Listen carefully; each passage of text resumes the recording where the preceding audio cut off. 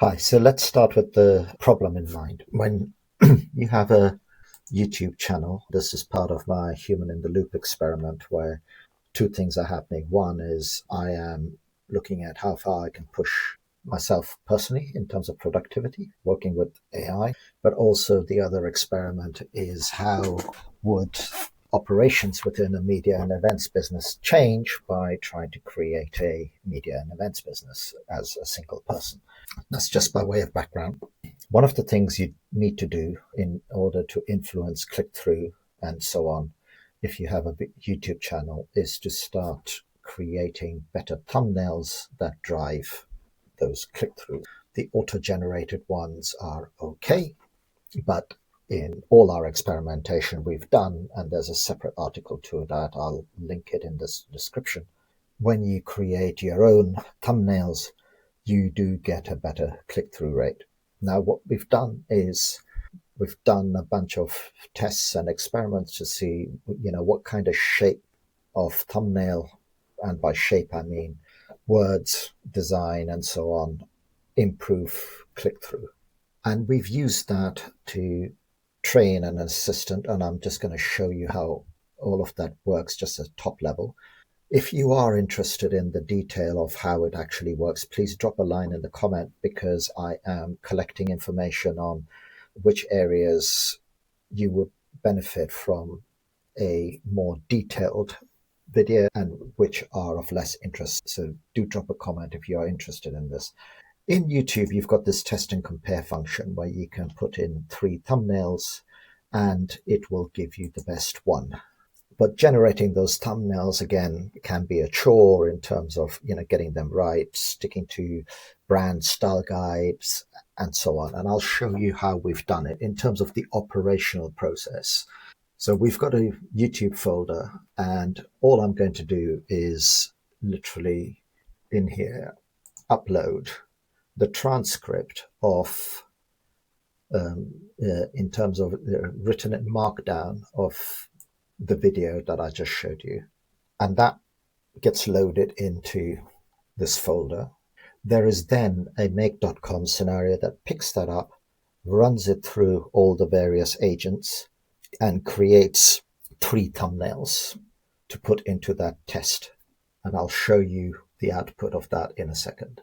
And then once the processing has happened, what we've done is we've collected the results, and you get 3 thumbnails. So I'm just going to show you that. I'm just going to click on it and just click on all 3, because that does the automatic downloading. So this part is still semi-manual. But what is important here is we've collected each prompt for each video. So this prompt here, if I expand it, is the one that creates the first thumbnail. This is the second, this is the third. And we've kept those prompts all the way from when we first started working through it. And what we found was going from the auto-generated prompt to just accepting best practice, we jumped on the click-through rate by 1.5% just by doing that. And then since then, we've just been tweaking the prompts continually to get closer and closer to about 2.5. And now we've got a fairly robust prompt that consistently gives us in and around that outcome. And until the channel starts getting more, I don't think it's worth pushing the energy into getting small percentile increases, because the net gain is not worth it. So the effort versus return just doesn't work. And let me show you what's been generated just so you can see. And I'll just zoom in a little bit. Let's make these a bit bigger. And they look like this. And you'll see it's pretty good. So that's one version. This is another. And what we then do is just put all of those into test and compare, 1, 2, 3, and run it.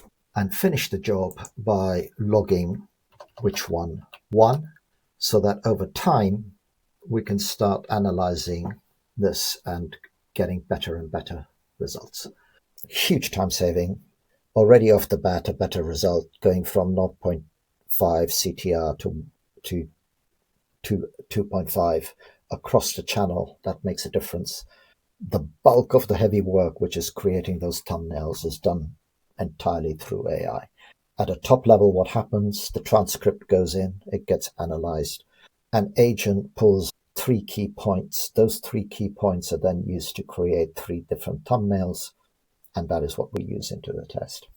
So thank you for watching this mini learning.